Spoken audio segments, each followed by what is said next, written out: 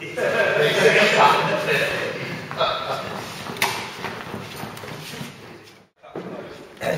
it low, Will. Right, nice and steady.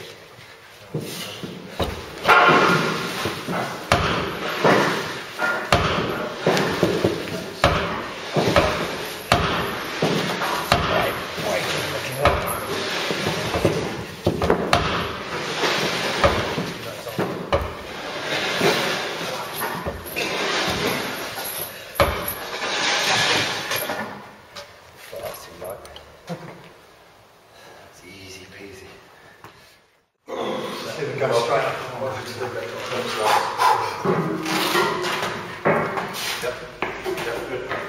No, fuck it.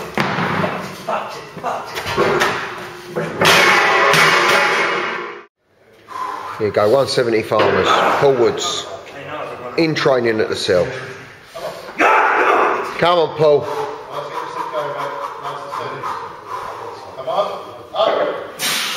Looking strong, Paul. I don't know what I was worried, this is easy. Walking and talking. That must be great.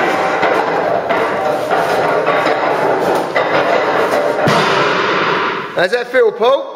Easy. No, it feels good. Yeah, happy with that. Welcome to the cell in Faversham. I'm joined by the owner, proprietor, Mr. Paul Woods. Thanks for having me down, Paul. No worries. Thank you. I'll tell you what, I've just watched you train, and I've got to be honest with you, I'm quite taken aback by what I've seen. You really don't hold back, do you, mate? No, it's, you know, everyone says it's hard work, but it's just work at the end of the day. I've been doing it 9 years, so, yeah, you know. Long time. You say 9 years now. I mean, this is it, Paul. We're 10 days out from the UK's Strongest 105 finals. We're 10 days out. Do you feel ready, first of all? Not yet, no. Not ready yet? No. Okay. He's not ready. Paul's not ready. But, and this is about why are you calling it a day? Well, I've achieved quite a lot in the past 9 years as Strongman. Yeah.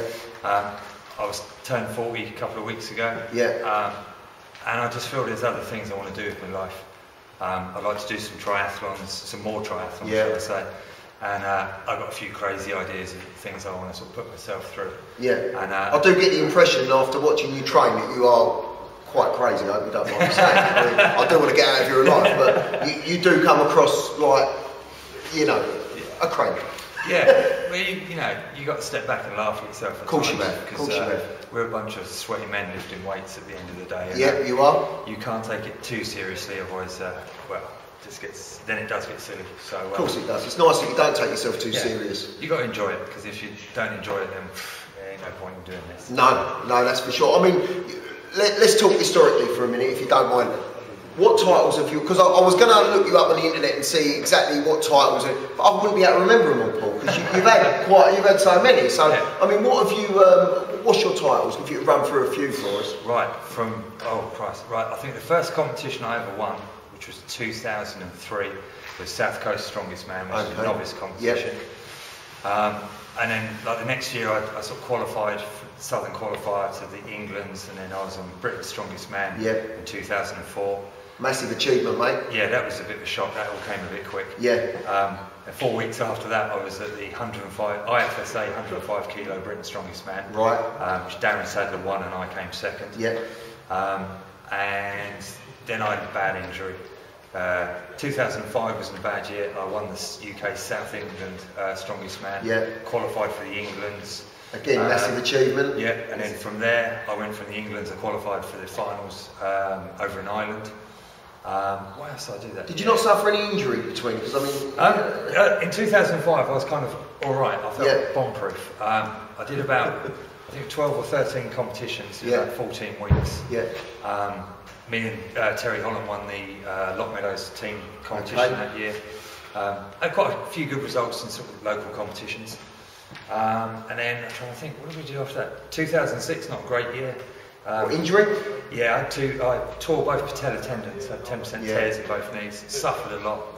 Again, part of the sport, that's how it goes. You do it, I suppose, when you're a strong man, you jump into this sport, you do expect it, that's the way it's going to go. Yeah, you think yourself invincible and then you do stupid stuff. Yeah, and no one's bulletproof, mate, that's for sure. Things break. I took 2008, I left it for a year. Just got too much. Then I came back in 2009, back into the 105s, and started training for it.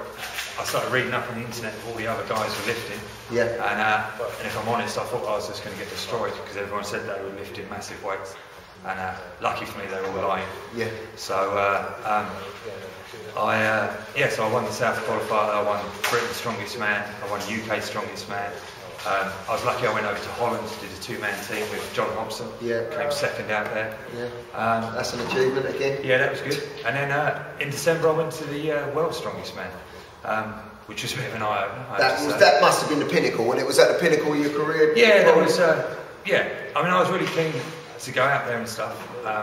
It didn't go very well for me. I didn't travel very well, and so it was a good, it was an experience to see some of the Ukrainian guys and how strong a 105 athlete really can be. Yeah, that's quite an eye-opener. Yeah. And then last year, I did a few 2009 I did a few heavyweight competitions. I won South Coast Strongest Man.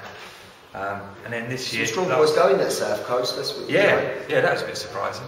I did it for a laugh and then I won it. But there you go, that's what happens at times. But then last year, what did I do last year? I'm trying to think.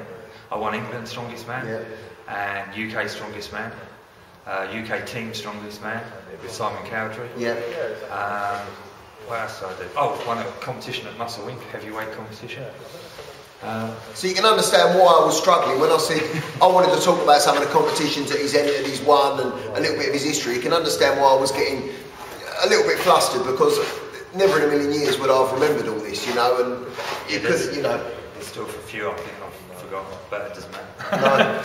No. So we're 10 days out, UK Strongest Man. You want to go out for bang. Yeah.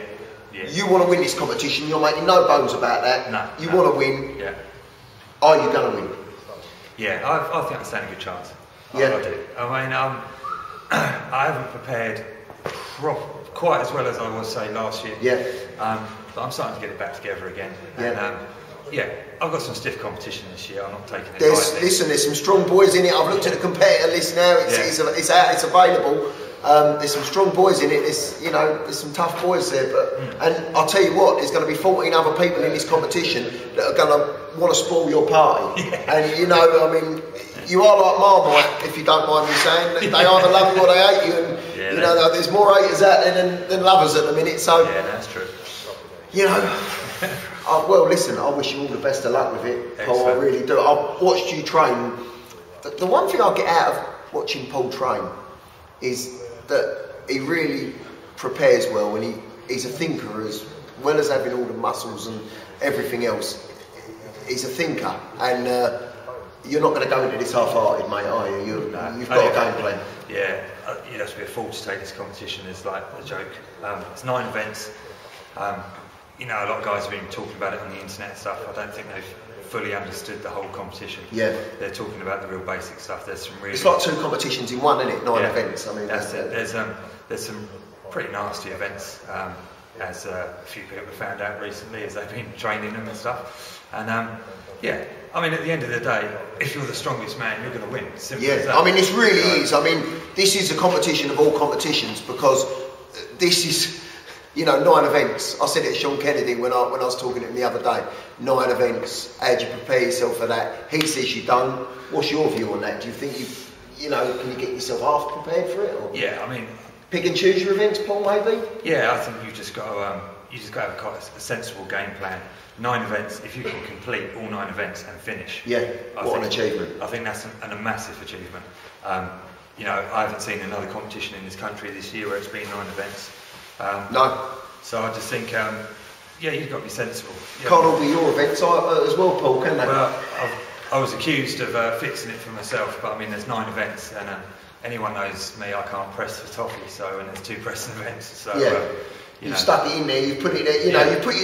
You've put yourself there to be shot at, mate. You've put yourself there to be beaten. If they want to come and try and take it, then that's for them to come and do. You're there. This is your last time. You're going out with a bang. So you're saying to everyone, come and get me. Here I am. This is it. So that's it. Yeah, this is gonna be my my last hurrah, as they say. And this is it, the last hurrah. This is it. This will be it for me. Yeah. You never know. A couple of years' time, I might have a comeback, but. Well, we like the old Sylvester Stallone film, a bit like Rocky, you know. Yeah. So, yeah, at the moment my heart's just saying stop. Stop. Yeah, listen, that's fair enough. We all have enough from time to time, you know. So, this is your retirement, if I can call it a retirement. I don't want to sort of make you sound too old. This is your retirement. UK Strongest Man 105 finals on the 21st of August. Who's going to win? Who's going to be the winner? Will it be this man? You'll have to wait and see. Let's hope so. Thanks for having me, Paul. No worries. Pleasure talking to you, mate. Cheers. Thank you. Thank you.